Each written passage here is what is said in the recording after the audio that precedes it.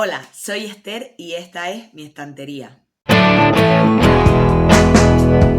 A todos y a todas, ¿qué tal estáis? Espero que estéis muy bien. Hoy os vengo con un vídeo del que voy a hablar de muchísimos libros, así que voy a intentar ir bastante rapidito. Os voy a dar mi opinión sincera y hablaros un poco de qué va de cada uno de los libros. Y este es un vídeo de últimas lecturas. El último que hice lo he estado buscando y fue el 17 de noviembre. Así que os voy a hablar de todas las lecturas que he hecho desde ese momento hasta la actualidad, en el momento en el que estoy hablando. Así que nada, sin más dilación, después del 17 de noviembre, el primer libro que leí, y ya os he hablado alguna vez de él, fue En el lado salvaje, de Tiffany McDaniel, publicado por Hoja de Lata y traducido por Ignacio Gómez Calvo. La edición me parece chulísima, de Hoja de Lata, tiene distintos detalles y dibujitos por dentro que me gustaran un montón y que tienen mucho que ver con la obra. Y en esta historia seguimos la historia de dos hermanas, Sissy y Ark, en Ohio, en Estados Unidos. Y bueno, son dos hermanas que las vemos desde su infancia, pero se va intercalando con cuando son adultas. Y vamos a ver el sufrimiento de estas mujeres, que de fondo es una metáfora del sufrimiento de muchísimas mujeres que se ven abocadas a la drogadicción y la prostitución, al igual que su tía y su madre, con las cuales conviven. También vemos el papel de la abuela, que es bastante importante para estas dos niñas. Y lo que ocurre en esta historia, y un poco el punto de inflexión, es que empiezan a morir distintas de estas mujeres y a aparecer muertas en el río, que además es un personaje más de la historia. Y vamos a ir viendo para ver quién es esta persona que está matando a estas mujeres. Y sobre todo lo que más se me ha quedado de este libro, porque lo leí en 2024, así que hace bastante tiempo, la relación entre la destrucción de las mujeres y la destrucción de la naturaleza, como creo que es un tema que trata aquí McDaniel, ¿no? Como muchas veces estas ideas que soportan la destrucción de nuestro ecosistema y de nuestro mundo natural, muchas veces guardan muchísima relación también con ideas como machistas, patriarcales, ¿no? Con la destrucción de las mujeres y esta relación. Es un libro que me resultó durísimo de leer. Es verdad que pienso que me gustó y me gusta haberlo leído, pero me resultó súper duro. Yo en general no tengo demasiado agobio por leer cosas violentas o tristes, etcétera, pero este libro sí que me tocó muchísimo, lloré bastante, con lo cual creo que cumplió su cometido porque es una historia muy dura, contada de manera muy lírica, pero es verdad que siempre se me queda esa sensación agridulce de que sufrí demasiado. Después de leer una obra que me removió tanto, intenté leer algo ligerito y este libro fue El familiar de Leigh Bardugo.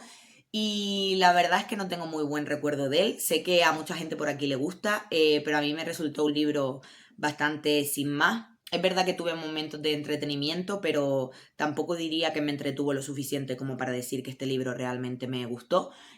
Lo publica la editorial Hidra. Yo nunca antes había leído a Leigh Bardugo, por eso intentar meterme en su obra a partir de una historia individual, ¿no? Que no es una saga, pero la verdad es que no fue para mí. Me parece una historia en general bastante simple, bastante básica, de fantasía, y pienso que hay un personaje que es muy bueno, pero el resto es un poco sin más. Y la ambientación, aunque es verdad que está ambientado en España, en la época de la Inquisición, la Edad de Oro y tal, no me llegó demasiado. Y os cuento que va un poco de Lucia, que es una criada que descubre que tiene algunos poderes mágicos, y las personas para las que trabaja en esta casa, para los aristócratas o los burgueses. Ni siquiera me acuerdo exactamente, perfectamente del todo de qué va el libro, y no hace tanto tiempo que lo leí, pero sí recuerdo que intentan utilizarla para llegar al rey. Bueno, hay como una lucha entre los distintos nobles, hay una competición entre distintas personas que tienen magia para intentar ganarse el favor del rey. Y bueno, es un poco una historia bastante básica y que a mí además no me gustó mucho cómo estaba escrita. Es verdad que intenta estar escrita de época, pero luego había como determinadas escenas que me parecía que se salía totalmente como del estilo y del ritmo que tenía con anterioridad. Un poco creo que me entretuvo y estuvo bien, pero no me gustó lo suficiente. Y después de leer a Leigh Bardugo, ya llegó la época más o menos de Navidad, y quería leer un libro navideño de fantasía que publica la editorial Duerme Vela, y ya sabéis que es Noche de Navidad de la editorial Duerme Vela, puesto que son distintos relatos de distintas autoras. Y la verdad es que fue un libro que me gustó. Fui leyendo, haciendo una cosa muy chula, que era ir leyendo un relato cada día hasta que llegase la Navidad. Y la verdad es que lo disfruté bastante. Hubo relatos que me gustaron más que otros. No diría que es un libro que me haya encantado, pero sí lo disfruté. Lo que más me gustó es La partida de Esther León. Y sé que Esther León es una autora que también ha escrito una novela sobre el circo últimamente, por si os gusta el relato y queréis seguir leyendo a la autora. El relato me gustó muchísimo. Y luego también me gustó mucho el de Laura S. Maquilón, que es una autora española de ciencia ficción y que sé que tiene también una novela publicada en Crononauta, por si queréis también seguirle la pista. Esos fueron los dos relatos que más me gustaron. Y la verdad es que disfruté leyéndolos, son relatos muy distintos entre ellos, pero es verdad que se nota que está muy bien escogida la antología porque tiene mucho sentido el orden en el que van apareciendo los relatos, porque van un poco en orden estacional, ¿no? Hasta llegar al solsticio de invierno, etcétera. Creo que es una antología muy chula para leer en Navidad, así que os la recomiendo también. Seguimos con un novelón que ya tenéis reseñado en el canal, así que no me voy a extender demasiado. La Liga de los Presos, de Nana Kawame Adjei Jam, publicado por Nocturna y traducido por Miguel Sanz Jiménez. La verdad es que me pone un poco triste de este libro que todavía, aparte de mi pareja, nadie más que conozca lo haya leído. Entonces, si lo habéis leído, dejádmelo por comentarios, hablemos por comentarios de este libro, o por Instagram si queréis, podemos hablarlo también. Pero me gustaría que más gente lo leyese porque fue mi mejor lectura de 2024. He hablado muchísimo de este libro, os dejo la reseña individual que le he dedicado en el canal en la i. Y la verdad es que me gustaría que más gente lo leyese para comentarlo, porque es un libro a nivel político y crítico súper interesante, anticapitalista, antipunitivista, antirracista, y creo que da mucho pie a debatir temas de mucha actualidad sobre él. Entonces os recomiendo que lo leáis, de verdad, os animo muchísimo a leerlo. Y justo después de La Liga de los Presos y más o menos empezando el año, leí El Ascenso de lo Divino de Neon Jam, publicado por Duerme Vela y traducido por Carla Bataller. Ya sabéis que a mí me ha gustado muchísimo la saga del Tensorado y este es el último libro de 4 libros que compone la saga.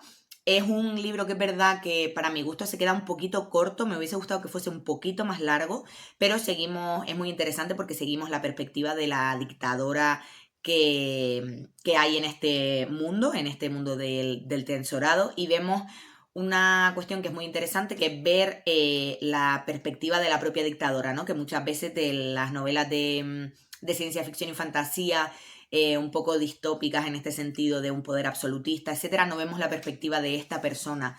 Muchas veces están un poco caricaturizadas, que es normal porque un dictador no suele ser una buena persona, pero está bastante guay ver como su perspectiva a nivel interno. No es el libro que más me ha gustado de la saga, no me volvió loca, ya sabéis que el que más me gustó y con muchísima diferencia es el tercer libro. El descenso de los monstruos, son 4 libros muy cortitos, están súper bien editados, los posfacios de cada uno de los libros me encantan. Encima el posfacio del tercer libro, mi favorito, lo escribió Laila Martínez, la autora de Carcoma y de Utopía no es una isla, que también lo he leído, un ensayo sobre la utopía. Entonces os lo recomiendo. La verdad es que la saga del Tensorado en general pienso que tiene poco reconocimiento para lo chula y sobre todo lo original que es. Y, y Neon Jan es increíble, la verdad. Me gusta muchísimo el autor. Y justo después de leer esta último final de saga que me encantó muchísimo, tuve una decepción muy grande con un libro que me regalaron un amigo de mi madre y que enseguida me puse con él porque lo tenía a mano y dije, venga, voy a adelantarlo al resto de lecturas que tengo, y estuve leyendo La Casa Limón de Corina Oproae. No sé si se pronuncia así porque es una autora rumano-española, y por eso me llamaba un poco la atención el libro, porque en la parte de atrás cuenta que va de una niña que tiene como ciertos poderes, por eso pensaba que quizás me podía gustar por el rollo de que había algún punto de fantasía, aunque está publicado, perdón, por Tusquets, y creo que directamente se escribió en español, lo cual también me parece curioso porque es una autora rumana, pero que se ha pasado muchos años viviendo en España y escribe en español, y no me quiero imaginar lo difícil que es escribir una novela en un idioma que no es tu lengua materna. Eh, Y bueno, toda esta cuestión de que estaba desarrollado en Rumanía me llamaba mucho la atención. Además, ya sabéis que tengo un poco este reto de leer libros de distintos países. Os voy a dejar por el primer vídeo que hice hablando de libros sobre inspirados o de autores de distintos países. Y entonces por eso me puse a leer este libro, pero os tengo que decir que no me gustó y no me gustó nada. Bueno, no me gustó nada, no. La cosa fue que fue una gran decepción porque el inicio me vició muchísimo, me leí como un tercio del libro, la mitad del libro de una vez porque me gustó muchísimo. Seguimos la voz de esta niña que veis aquí tan diabólica. Seguimos un poco su perspectiva, vemos un poco el contexto de Rumanía de la dictadura. Y yo pensaba que iba a ir un poco por la relación de esta niña con el padre, con su padre, que era la parte que más me interesaba. Pero luego se van metiendo en otros temas y me parece que el libro perdió totalmente mi interés, me dejó de gustar, me pareció un rollo. También debo decir que yo el año pasado estuve en un club de lectura y que se llamaba La literatura del yo, entonces leí muchísimos libros contados en perspectiva en primera persona y muchas veces esta literatura del yo se habla de muchos eventos traumáticos de la vida de alguien y suelen ser niños, hablar mucho de infancia, etcétera. Entonces quizás estaba un poco saturada de este tipo de libros. Pero creo que es un poco decepcionante y también le ha pasado a mucha otra gente porque en la parte de atrás y por lo que se ha hablado sobre el libro parece que vamos a ver mucho de la Rumanía de aquella época, pero lo cierto es que vemos muy poco y era de lo más interesante del libro ver la cuestión de la dictadura y cómo afecta a las familias, etcétera, pero hay muy poco de eso. Y seguimos con un relato muy cortito que leí en una tarde de Rebecca Kuang, que sabéis es una de mis autoras favoritas, y es The Drawing Face de Rebecca Kuang, La fe ahogada, que por si no lo sabéis es un relato que venía en la editorial Hydra. Si comprabas los 3 libros de la trilogía de la Guerra de la Amapola te venía incluido este relato, pero si comprabas los libros de manera separada o no los comprabas, pues no tenemos acceso a este relato en español. El relato es parte de la trilogía y la verdad es que es una cosa que me enfada bastante y lo quería decir también por aquí porque no tengo por qué no decirlo, porque entiendo que si una persona compra los 3 libros de la trilogía tenga acceso a este relato porque viene incluido como en el paquete, pero las personas que hemos ido apoyando la trilogía cada vez que salía un libro, porque yo por ejemplo me compré el primero cuando salió, el segundo cuando salió, o sea que he ido apoyando a la autora, a la editorial y a la saga, no tenemos acceso a ese relato. Además no hay manera de comprarlo que yo sepa de manera individual si no es con el estuche de los 3 libros y no voy a comprarme los 3 libros cuando ya los tengo. Y en inglés la editorial ha publicado el relato de manera abierta, entonces podés leerlo de manera gratuita y creo que lo suyo sería que la editorial Hydra lo tradujese también de manera gratuita, ya que además La Guerra de la Amapola ha sido un éxito. Y bueno, me pone muy triste no haberlo podido leer en español, pero lo que hice fue leerlo en inglés.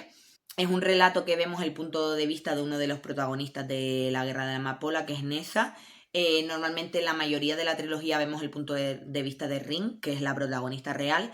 Entonces es muy guay como ver la perspectiva de otro personaje y se recomienda que puede ser un relato 2.5 o 3.5, es decir, que se puede leer después del segundo libro de la trilogía o después del tercer libro, pero yo os recomiendo 100% que lo leáis después del tercer libro. Yo creo que después del segundo os va a hacer adivinar muchas cosas que van a pasar en el tercero y a mí no me hubiese gustado tener esa experiencia, así que yo lo leería después de terminar toda la trilogía. Pero la verdad es que me gustó leerlo y me pone muy triste no tenerlo en español. Uno de mis 8000 literarios, uno de mis grandes retos para empezar este 2025 y qué mejor que leerlo este año porque se cumple el centenario de Ana María Matute, así que me animé a leer Olvidado Rey Vudú, una de sus obras más grandes y, bueno, su obra maestra.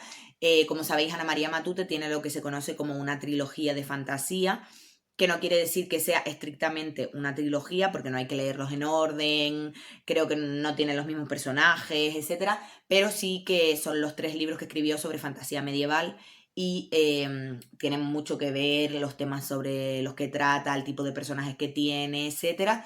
Yo antes de este había leído otro de la trilogía que es Aram Manoz, y ya me he comprado La Torre Vigía para leerlo en algún momento que me apetezca.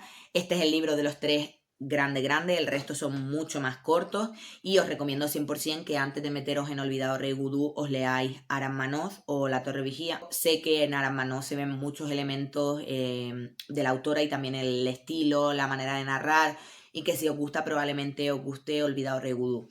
Y con Olvidado Rey Vudú yo tengo sentimientos encontrados. A ver, primero la parte positiva. Es un libro literariamente y narrativamente buenísimo. Me gusta muchísimo cómo Ana María Matute construye el mundo. Es un libro en el que tiene mucha importancia el aspecto físico de lo que está al norte, lo que está al sur, lo que está al este, lo que está al oeste. Y creo que te va narrando la historia muy bien para que tú te vayas ubicando en este sentido.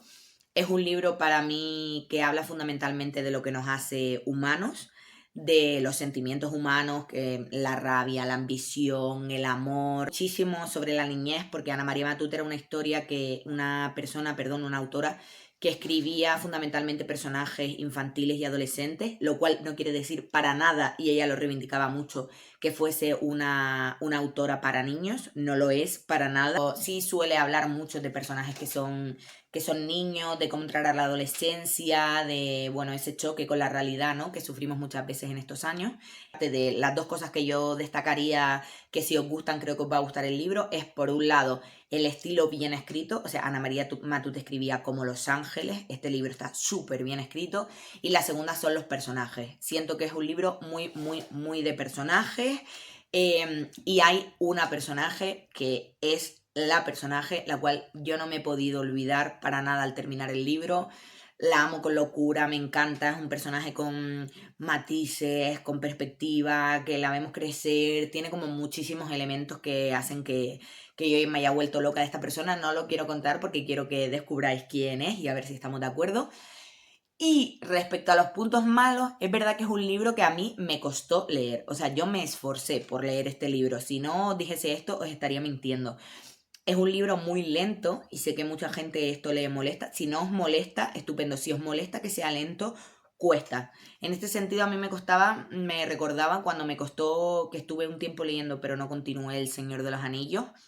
Es un libro con descripciones, lento, que hay gente que dice que no pasan cosas, pero yo creo que cosas sí pasan, muchas. Lo que pasa es que nos narra una línea temporal muy larga, en un territorio muy amplio, pero sobre todo abarca muchísimo tiempo de la historia, entonces es un libro que se va cosiendo a fuego lento, y siento que en el fondo, si no fuese así, no entenderíamos muchas cosas que ocurren.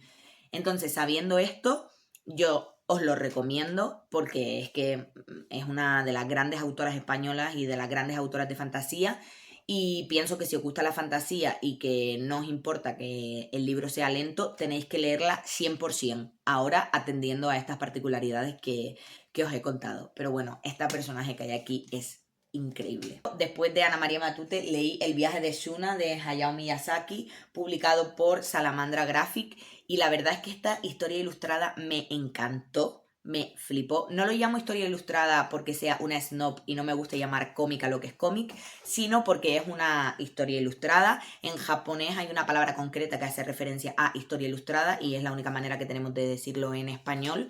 Esta es una edición especial que han sacado, y la historia que nos cuenta Miyazaki, que como sabéis es el famoso creador de Estudio Ghibli, es muy chula. Es de un niño que llega un explorador a su pueblo y le cuenta que hay una manera de conseguir una semilla que puede sacar a su pueblo, que está un poco...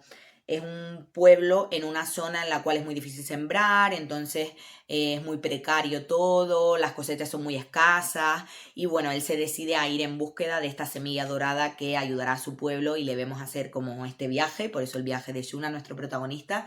Pero más allá de la historia, que quizás no es ni la historia ni más original, ni más tremenda, ni nada, la cosa es que el dibujo es la cosa más impresionante que he visto en mi vida. O sea, si sois de esas personas que les gusta el dibujo y os gusta leer cosas ilustradas, este dibujo a mí es el dibujo que más me ha gustado nunca que he leído. Está todo hecho como a acuarela y es tan sumamente... Es que no sé si os lo puedo enseñar, pero porque no quiero haceros spoilers, pero es tan sumamente bonito. O sea, Es increíble, me encantó, me lo leí en una tarde, me gustó muchísimo la experiencia, me metió muchísimo el dibujo en la experiencia y de verdad que si os gustan las historias ilustradas, los cómics, etcétera, independientemente de la historia, si buscáis una historia de dibujo, os la recomiendo 100%. Además, bueno, Hayao Miyazaki ya sabéis que es japonés, pero la historia se basa en una antigua leyenda del Tíbet. El Tíbet me parece una zona súper interesante del mundo, ya os hablaré de ello en los vídeos sobre viajes, así que os lo recomiendo muchísimo. Y después de Miyazaki leí una novedad que salió hace muy poquito, que es Lo que mueve a los muertos de Tekin Fisher.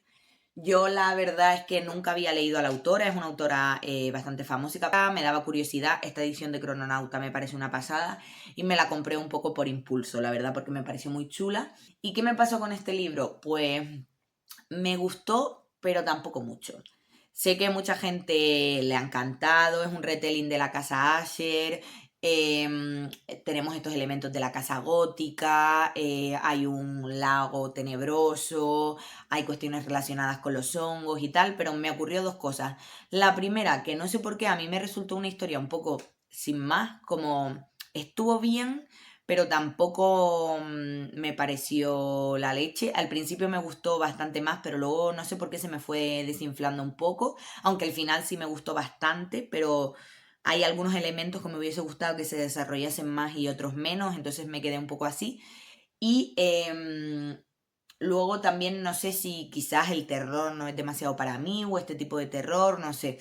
Y sobre todo que hay un tema que se trata aquí que me dio muchísimo asco. O sea, no me dio mucho asco porque sea un tema en general que a la gente le dé mucho asco, pero no sé, me puse mala del estómago esta semana, estaba leyendo este libro y como que le cogí como un poco quizás de tirria. No sé si lo habéis leído, qué os parece, pero para mí fue un poco sin más.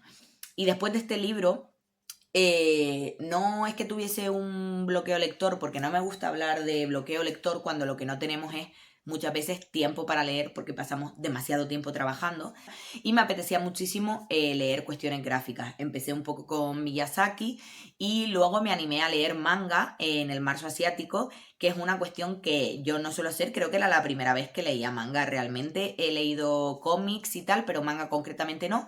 Y fui a una librería y me compré algunos mangas y los he leído y me han gustado mucho. El primero de ellos que leí fue La leyenda de Hakutaku de Alba Cardona, publicado por Kodomo, que además os recomiendo mucho haceros con ella porque si os interesa lo que voy a contar, porque creo que la editorial va a cerrar es SC. Creo que Kodomo es como la, no sé cómo decirlo, la subeditorial, digamos, como la línea, pero creo que es SC la editorial, si me equivoco os lo pondré por aquí, pero es un manga de un solo tomo, fue una de las cosas que me llamó la atención, y además que está escrito y ilustrado por Alba Cardona, que como veis por el nombre no es japonesa, sino española. Y este es un manga de estos que ves en la librería, un libro que ves en la librería y te llama y te lo compras, pues fue un poco así.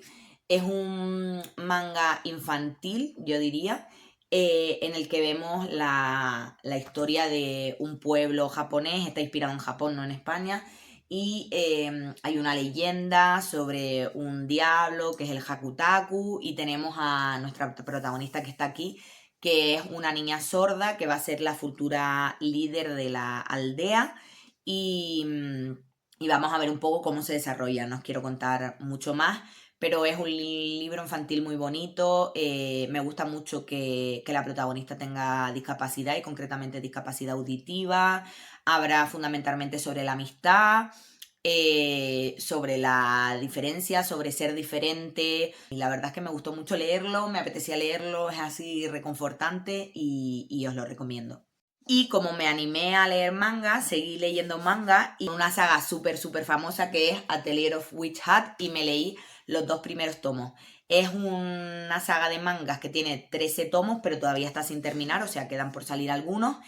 Y la verdad es que la he visto bastante recomendada a distintas personas y por eso me animé a leerla. Y en ella seguimos a Coco, que es una niña que quiere ser maga, pero no puede y bueno, finalmente ocurren una serie de acontecimientos. Es que no, estoy intentando controlarme para no haceros spoiler, pero bueno, aquí la veis vestida de maga, os imagináis más o menos qué va a ocurrir, y va a una escuela con otras niñas que también son magas.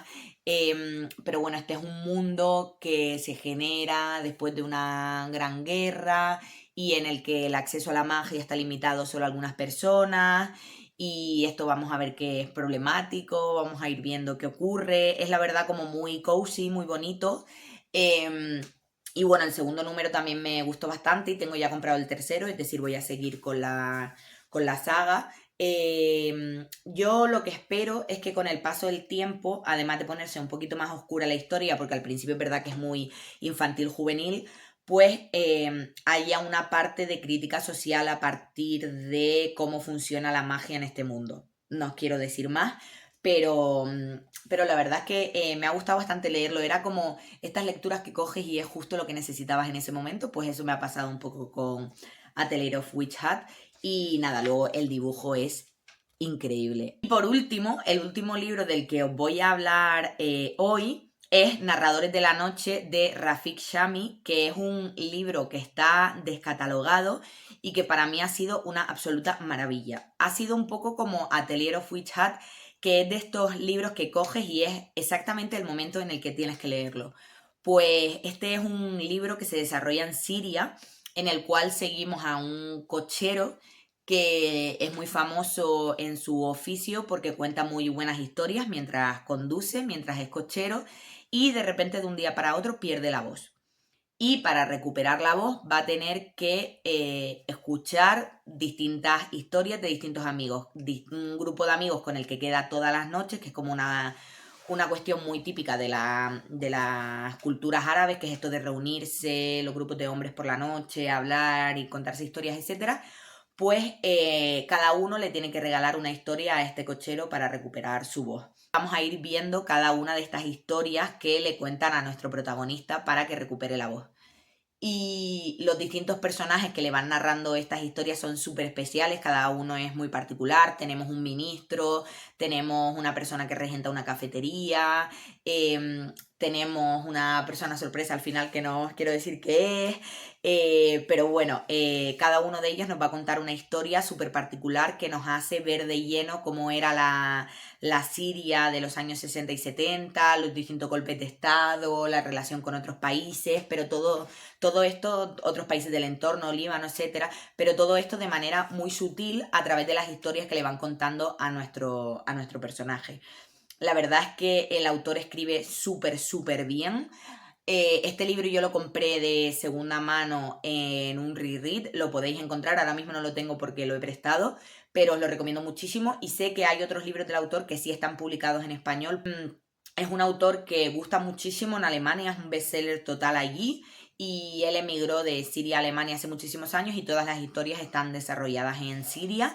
Y es lo que yo llamaría una historia que es cozy, pero es cozy con mensaje y trasfondo. Porque a mí lo que me pasa mucho con lo cozy es que creo que se puede hacer una historia agradable como esta, en la que no va a haber evidentemente una muerte, un asesinato, una masacre, una reflexión política sobre la discriminación ni nada de este tipo, pero que no nos deja de hablar de la Siria de ese momento. Hay cierta crítica a los gobiernos y todo esto contado en una historia en la que tú ya sabes más o menos desde el principio qué va a ocurrir y en la que se trata de disfrutar de cómo se cuentan las historias. Es una historia sobre historias muy inspirada por la tradición oral árabe, y esta novela es una reivindicación, un regalo sobre las personas que saben contar historias y entretenernos a las demás. A mí la verdad es que me ha gustado muchísimo leerla y la leí en el marco del marzo asiático y os la recomiendo muchísimo, muchísimo. Así que nada, esto es todo lo que os traigo por hoy. Espero que os hayan gustado mis reseñas sinceras de todas las últimas lecturas que he hecho. Si es así, ya sabéis, darle like, dejadme un comentario, que me encanta que interactuemos por comentarios. Y nada, nos vemos en el próximo vídeo. Suscribiros también al canal, apoyadme, ya sabéis todas estas cositas. Y dejarme también en comentarios qué habéis estado leyendo últimamente, a dónde habéis ido con las lecturas, qué os apetece leer, si os ha llamado la atención alguno de los libros que he hablado, si estáis de acuerdo o en desacuerdo con mis opiniones, ya me diréis en comentarios, os voy leyendo. Así que nada, muchas gracias por quedaros hasta el final y adiós.